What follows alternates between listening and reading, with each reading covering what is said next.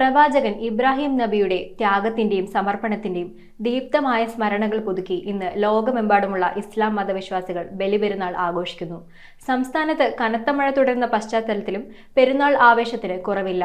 മഴ മൂലം പശ്ചിമ കൊച്ചിയിൽ തുറന്ന സ്ഥലങ്ങളിലെ ഈദ്ഗാഹുകൾ ഒഴിവാക്കിയെങ്കിലും പ്രതികൂല കാലാവസ്ഥയെ അവഗണിച്ച് നൂറുകണക്കിന് വിശ്വാസികളാണ് പെരുന്നാൾ നമസ്കാരത്തിനായി പള്ളികളിൽ ഒത്തുകൂടിയത്. പ്രവാചകൻ ഇബ്രാഹിം നബിയുടെ ത്യാഗത്തിന്റെയും സമർപ്പണത്തിന്റെയും ദീപ്തമായ സ്മരണകൾ പുതുക്കി ഇന്ന് ലോകമെമ്പാടുമുള്ള ഇസ്ലാം മതവിശ്വാസികൾ ഈദുൽ അദ്ഹ അഥവാ ബലിപെരുന്നാൾ ആഘോഷിക്കുന്നു. സംസ്ഥാനത്ത് പലയിടങ്ങളിലും കനത്ത മഴ തുടരുന്ന പശ്ചാത്തലത്തിൽ പശ്ചിമ കൊച്ചിയിൽ ഇത്തവണ ഈദ്ഗാഹുകൾ ഒഴിവാക്കിയിരുന്നു. എന്നാൽ പ്രതികൂല കാലാവസ്ഥയും അവഗണിച്ച് നൂറുകണക്കിന് വിശ്വാസികളാണ് മേഖലയിലെ വിവിധ പള്ളികളിൽ പെരുന്നാൾ നമസ്കാരത്തിനായി ഒത്തുകൂടിയത്. നമസ്കാരത്തിന് ശേഷം പരസ്പരം ആലിംഗനം ചെയ്തും ആശംസകൾ കൈമാറിയും സ്നേഹം പങ്കുവച്ചാണ് വിശ്വാസികൾ മടങ്ങിയത്. എല്ലാവർക്കും ബലിപെരുന്നാൾ ആശംസകൾ നൽകുകയാണ്.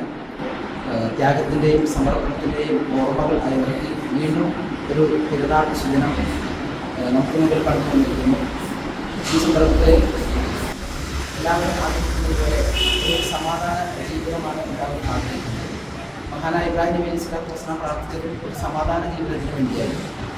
നിർഭയത്തോടുകൂടി സമാധാനത്തോടുകൂടി ജീവിക്കാമെന്ന് അവർ വലിയ സന്ദേശമാണ് ഇബ്രാഹിം നബി അലൈഹി സ്വലാത്തു വസ്സലാമിൻ്റെ ജീവിതത്തിൽ നിന്ന് കാണാൻ സാധിക്കുന്നത്. News bureau, Kochi.